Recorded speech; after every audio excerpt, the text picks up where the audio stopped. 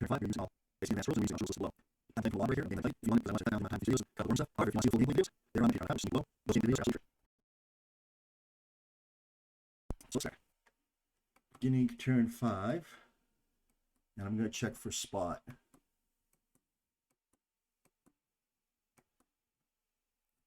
So I check for spot in this area over here, and one of those units were both spotted, and one of those units actually lost its spot, which means it became unspotted. Because you have 3 units down here, and it needed 10 or less, and it rolled a 7. Now, if I had another tank there, it would have kept its spot, because I would have had 4 units, and it would have been impossible for them to lose a spot while there's eyes on it, but it lost its spot. Moving forward, I'm checking for spot in another location now, right down there. I roll 65, and that unit does not lose its spot. In order to lose its spot, a unit has to be either out of line of sight, or it has to be in some type of cover terrain, and then there's a chart that you look at. Over here, I'm just checking. I have this unit right here marked as being spotted. I'm just checking on that to see if it should be spotted. The range is 10, so that unit, and I remove its spot, is not spotted. Now the command phase. NATO has 4 commands. But remember, the recon units do not need commands. I mean, each have their own command. Soviets have 15 commands. What you're going to see is I'm placing, so I'm going to move this unit out, because it does say threats coming from the south. That's that Bradley recon crew. Over here, this Bradley is going to get a move command to get into the fight. And over here, you see the same combination they had the other turns. I have this unit in Overwatch, no one can see it, and it's spotting for the M106 mortar.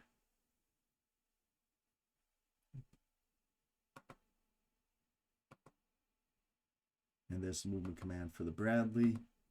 Now I'm just getting other commands ready for the Soviets. I'm going to start placing the Soviet commands. All the Soviet tanks up front, the heavy hitters, they're going to fire. I'm putting the headquarters tank in Overwatch. Those units in the woods to the south, those motorized rifle squads, they're going to stay in Overwatch, guarding the southern approaches to the Soviets. That unit's in Overwatch. Basically, I'm putting, there's a motorized rifle squad on the north side of that hill, and I'm just moving that into a better location. It's not going to be thrown to the battle. I'm finding this mainly with tanks right now. And Overwatch for the other units. And those actually gave a move command. There was 1 unit over here. All those units are 2nd motorized rifle platoon. There was one that was 1st motorized rifle platoon. So I'm moving it forward. That's why the move command is there. And here I'm going to try to put the heavy artillery into the fight. That's why I'm giving it a move command. Next is initiative. NATO wins. It's going to be a NATO indirect fire. I actually shoved it airburst on the effect die roll over here, but it doesn't matter because I got a kill anyways. But let's see. Okay. This the range is. It's the attack is at medium range. GP offense 3, GP defense 1. I need a 6 in order to have response to the indirect artillery request. I have a 1 die roll modifier, +1 die roll modifier to that because of unit quality. So I need a 5 or above to get indirect fire response. I roll an 8, and I do. So again, the attack is GPO 3, GP defense 1. It's against GP against a tank unit. That's -20. Unit quality is, we'll raise it by 5, and I'll place a NATO target acquisition marker on it. No, I do not want to switch. 94 is effective. So now we check for GP effectiveness. So the GP effectiveness for that indirect fire is 1 through 5. The GP defense is 1, so that is effective fire. Now the reason I'm rolling, if the indirect fire number was 79. If it ended in 5 or 10, I would have to check for damage or immobilization hits. But since it was effective and it didn't enter for those, then I just have to see if it's a brew up or KO. And that's what that dice was. And 10 is a brew up. I would have needed 1 through 5. No, I guess 6 through 10 for it to be a brew up. 10 is a brew up. Yeah, higher numbers are better as far as getting brew ups. Okay. And I put a brew up marker over there. Boom. So it's going to be no more. And then the Overwatch ends for this unit because it called it indirect fire, and that unit used up its fire. So now the direct fire phase. NATO fires 2 tanks. I'm going to find my tank targets over here. So I'm firing against these vehicles right here. I'm going to move them. So those vehicles are my target vehicles right now. And they also have a fire mark on them, which you can't see. I have 3 shots. These 3 tanks over here will have 3 shots. I'm going to fire each tank is going to fire at a separate target tank. Okay, no, we're actually going against these 3 right here. Yeah, we're firing against these forward 3 tanks right here from basically the entire 4th tank platoon. That's the second one. Okay, so here's the first shot. It's going to be short range. Unit quality will add 1 to the row. Will be a row shift of 1. Laser sight will be a row shift of 2. It's front target facing. It's level. And there isn't a brew up there. I say that because I want to make sure, because a lot of these hexes have brew ups.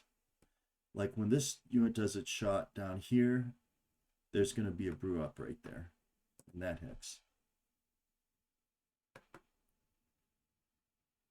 Let's go forward. So I roll a 66. I need a 91 or below to hit. It hits. I check for penetration modifier. I'm doing the penetration modifier incorrect over here. The penetration modifier is actually 2 D10s. 96 base. So minus penetration modifier 8, the net penetration is 88. And now I check location damage. Now all these are on the charts I'm looking at. And if you want to see the actual look on the charts, you can check the long form videos. So it's a full against 85 iron, and because my penetration is right at 25, that increase as a result of the damage. And check for fail, and it doesn't fail.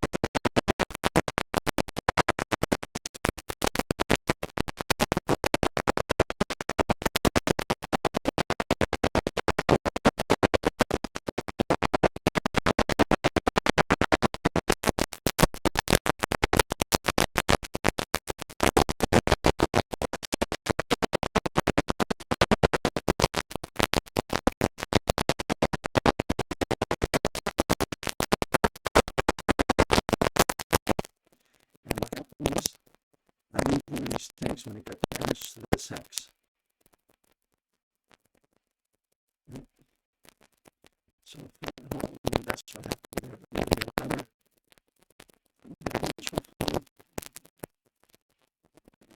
Looking for a shot. The second vehicle.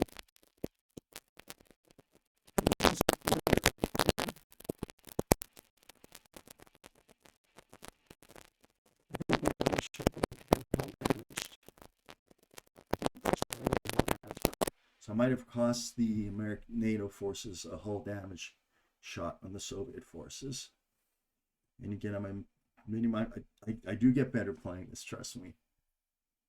I'm getting better with practice. I got a lot of hours of practice. But if you want to see how I use the charts and that, you can look at my long form videos. Right. So I'm not going to fire there because there's one of those tanks is a bailout, so I'm going to fire someplace else.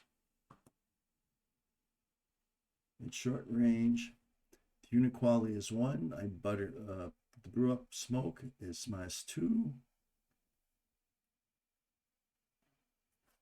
So I have a 2 hit of 49.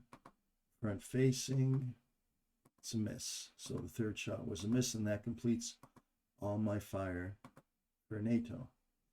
Now, what I think happened was there were supposed to be there were 3 tanks here. There were supposed to be 3 shots against the tanks in this hex. I did 1 shot missed, and 2 shots were hull damaged. So one of these tanks over here ended up over here in this hex. I think I had another hull damage result, which I didn't mark. That was the net result of what happened. I lost a hull damage over here, and one hull damage tank was misplaced. So slight effect, but now the Soviets are going to fire back.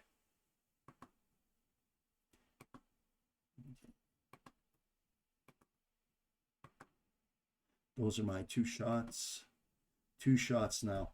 One of these shots against NATO is on the front facing, and the tank below it is faced in a different direction. So the tank below it, the shot is going to come in at a front side angle. And that is a critical mistake because that could have an effect on the result of the shot. The best armor for tanks is up front. Short range, cover modifier -1, laser sight +2, that's a row shift. Front aspect, 2 hits 77, 4 it hits. Penetration modifier, again, I'm not using the right, I should be rolling 2 10-sided die for penetration. 1, net penetration 87, damage location is going to be hull front. And the armor in hull front is 100, so the shot bounces off. Now the second shot, short range, laser fire, it's the same thing now, but this shot's going to be against the front side. 81 is a miss. Now we go with the next group. I marked them fired. Now we go to the next group of targets. Now there were 3 tanks here, but one of the tanks got moved down to the left. So 2 shots top to bottom. First shot 15, and again the same type of modifiers. Hit. There's your penetration. The net penetration is 89. Location damage is 2-2. Turret front. Penetration 89. Armor 110. Bounces off. Now here's the shot against the front side, or the tank that's turned a little bit away. 24 is a hit. Penetration, net penetration after the modifier is 94. Location damage. It'll be a 0-7, and the 10 is a track hit, so it's an automatic immobilization. And that's just, I corrected that in the future. All those messages that, let's say we're getting annoying. There's the track hit.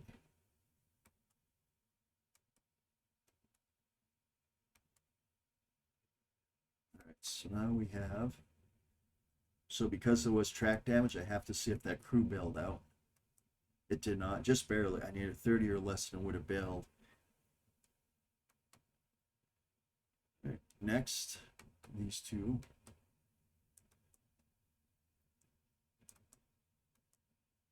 Top to bottom target, same thing. The first one will be at the front aspect, the second one will be at the front side.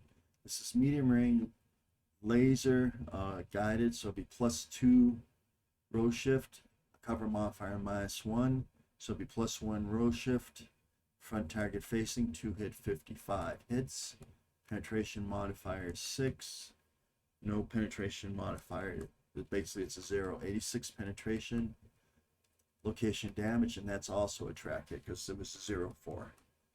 Check for bail, and crew does not bail. We'll bail out. Next is going to be at the FS at the front side tank. I roll a 39, it's a hit. No penetration modifier, penetrates 86. The location is turret front. Penetration of 86 against the armor of 110, the shot bounces off. Now, there's the reason that shot hit the turret front.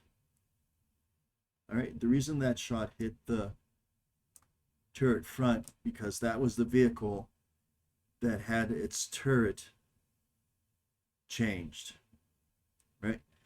The initial shot was coming in at front side, however, the turret was at the front facing, because the turret had basically moved. So that's why the shot bounced off and hit turret front instead of turret side. If it had hit turret side, actually that would have probably been a penetration. Might not have been, I'm not sure, I'd have to look it up. Okay, now I have 3 shots here. 1, 2. Okay, so I got 2 shots. There actually should be 3 shots. Okay, 2 shots top to bottom in this hex, and then I'm going to do 1 shot against that other hex. Yeah, that's what I'm going to do. So 2 shots top to bottom. Medium range, laser sight, row shift 2, cover modifier, row shift -1, 55 to hit against the front target facing is a miss. Next shot is a miss. So it's 2 shots. Okay, so that the first one was a miss. Next shot, I think that 73 was, yeah, it was the next shot. So now I'm firing against the target. Now this target actually has brew up smoke over there.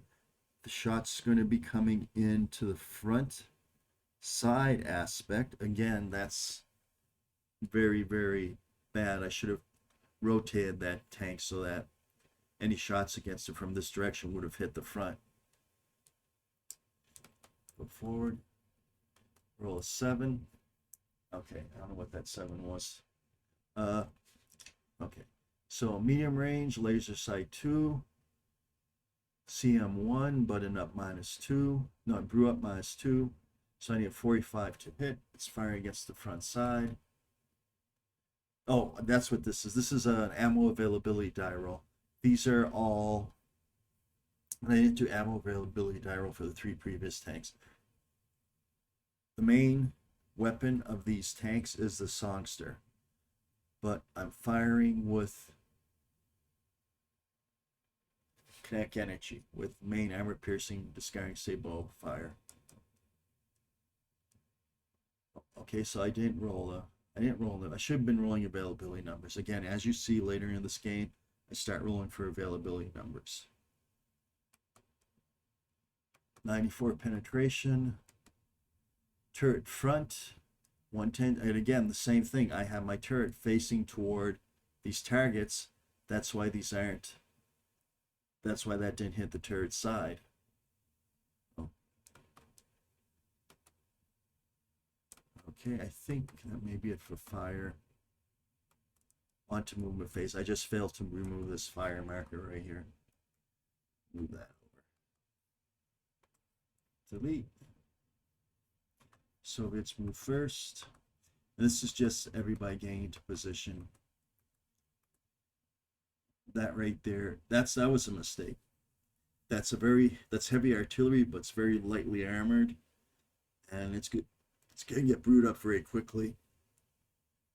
The only thing is though, and I'm doing this because I didn't want to risk my command unit right here, because the only units that could spot for indirect fire in this case for the Soviets would have been that recon vehicle, which was eliminated in the first or second turn, and the headquarters tank.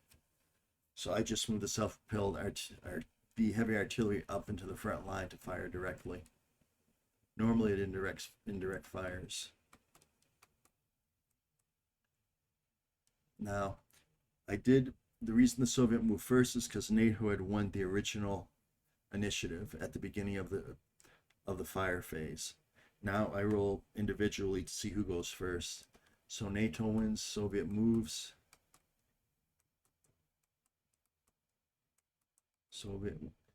Now Soviets when NATO moves, I'm going to move this vehicle right here. I'm moving the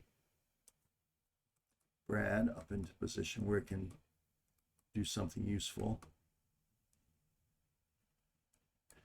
So 10 units can spot that Bradley. That Bradley was just spotted. There's too many eyes on that area. We had the ability to see that. That's why I didn't need to roll to see if the spotting actually occurred. Soviet wins, NATO moves. These guys right down here are packing up.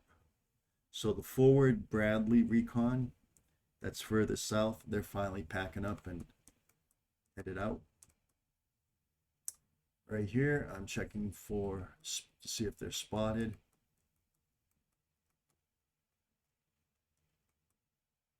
So the unit was spotted just because we would have been over 100.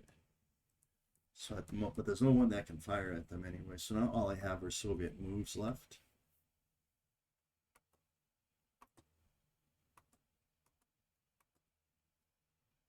And Soviet moved, and that's going to be it.